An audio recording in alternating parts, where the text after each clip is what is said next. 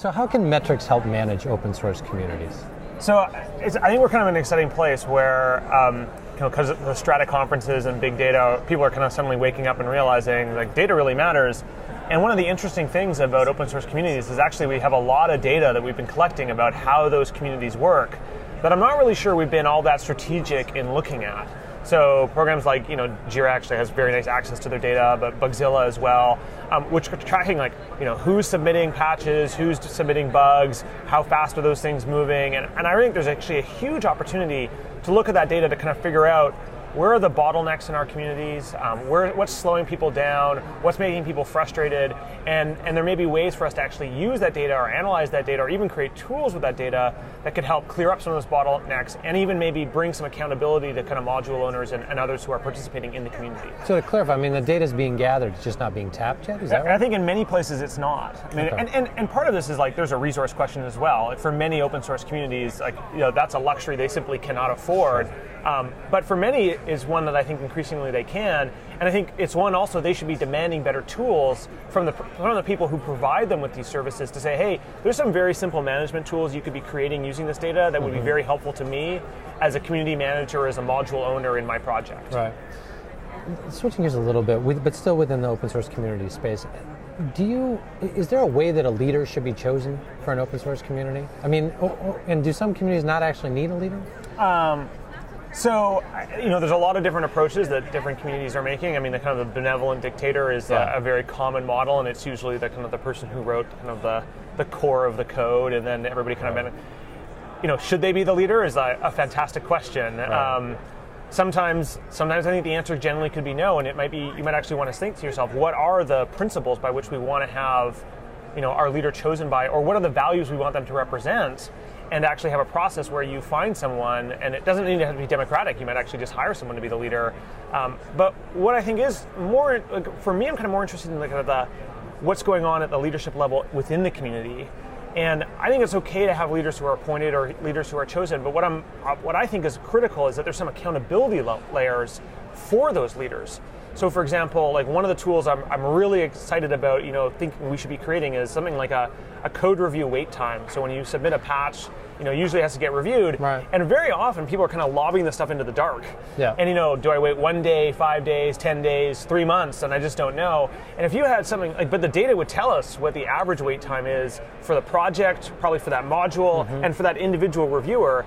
And so if we just threw you back an email that said, hey, the average wait time is X, you'd probably send less frustrated emails asking where it was, right, and they would spend less time answering those. Really interesting. But more importantly, you'd start to have some data about what the average wait time is, which then, the project owner could look and say, listen, average wait time on your module is 40 days, and over there it's 3 days, so what's the gap here? And the community might kind of begin to agitate and say, either hold you more accountable or try to provide tools to help you. And what I think would be particularly interesting if we got really wild about this is actually figuring out what is a common way of representing that across all open source projects. Okay. So then you could be not just how do you compare against your peers in the project, but how do you compare against your peers across all open source projects? That's interesting. And that I think would bring I just think it would really kind of kickstart a whole bunch of more social innovation around how we manage projects, because best practices would be much more obvious to see among the projects. Do you sense that that's coming? The short answer is no, but I'm hopeful. Sure. And part of the problem is the tools that we use are kind of fragmented. So some people are like GitHub and Jira and Mozilla and like wikis. There's all that stuff all over the place. And so the question is how are we going to kind of get that data into a central place? I actually think the OLO guys, who I've only recently become aware of them, I think they're a very interesting play because they are starting to collect some data across projects. They, if they decide to put their mind to this, maybe they could collect the data and they could become at least a first blush attack at this problem. Yeah. But yeah, we have kind of a standards problem on our hands and things like that.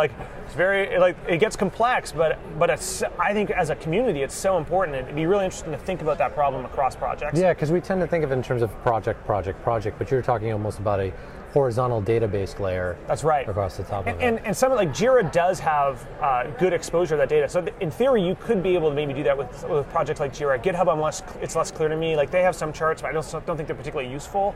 But we have some tools that allow us to do this. So switching gears a little bit, we were talking a little bit about meritocracies in open source before we went on. I'd like you to talk a little bit about that. How do you see that playing out?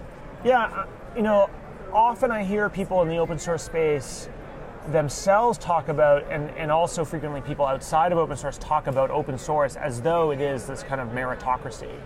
And I think this is very dangerous language for us to be using. I think there's a lot of meritocratic elements that are in open source. I'm not in any way trying to claim that there's no meritocracy at all. But this notion that it's a pure meritocracy, I just don't think it holds water, and it leads to a lot of sloppy thinking and uncritical thinking. So it's, to be blunt, I think it's a myth. And here's why, which is, just because you say there are no power structures in your community and you don't have structures doesn't mean that there isn't power and there aren't structures in your community.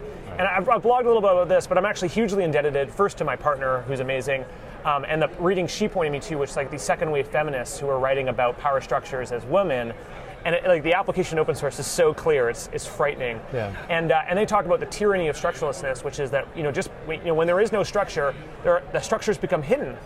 And so in an open source project, the really simple way of articulating this is the first 5 people who join your project are very likely to have more power than the next 10, sure, and much more likely to have more power than the next 100. And so like if I start a project and you sign up, you're like one of the first contributors and you're like a UI expert, right. You probably become my default go-to guy on UI, right? Like, and it's not like if like someone else shows up, like that guy shows up and he's like marginally better than you. In a pure meritocracy, like he would displace you as my advice giver. Right. But there's no way that that's going to happen easily. He has to be orders of magnitude better than you to displace you. So we clearly have power relationships in open source projects that don't make them pure meritocracies. And the danger here is, I think, when we talk in terms of meritocracies, we lead people who join later to believe that they're going to have access in the same way that everybody else does, and they simply don't. Right. So it's not that we're going to get rid of this, it's that we need to articulate it better, and then also help people figure out ways how to hack those power structures so that we can try to make them more accessible and make it more meritocratic. So acknowledging things like seniority, right? It's going to still be there, whether or not you acknowledge it overtly. It's still shaping the way that this community comes together. Yeah, let's not pretend like those things are not in play, and let's have conversations about them. Right. Now, doing that, I mean, if you remove those things from the equation, or you're acknowledging those things, how do you think that will manifest with the community? I mean, will that open it up a little bit? Do you think that you'll get more active involvement? Will people who are just starting out be able to really rise up to the top? Well, so I think it could lead to kind of a more frank conversation about what are the skills that are actually getting people promoted, or giving, promoted is the wrong word, but kind of giving them more influence in the community. Because I think there's a lot of times, you have people who are amazing developers, like truly phenomenal developers, who will stand up and kind of say, I want to take on this leadership position, and kind of the community doesn't kind of elect them, or they don't get the support, and they're clearly the most superior developer on that issue, and then they get very, very frustrated, and it's because we've told them that the axis that matters is coding.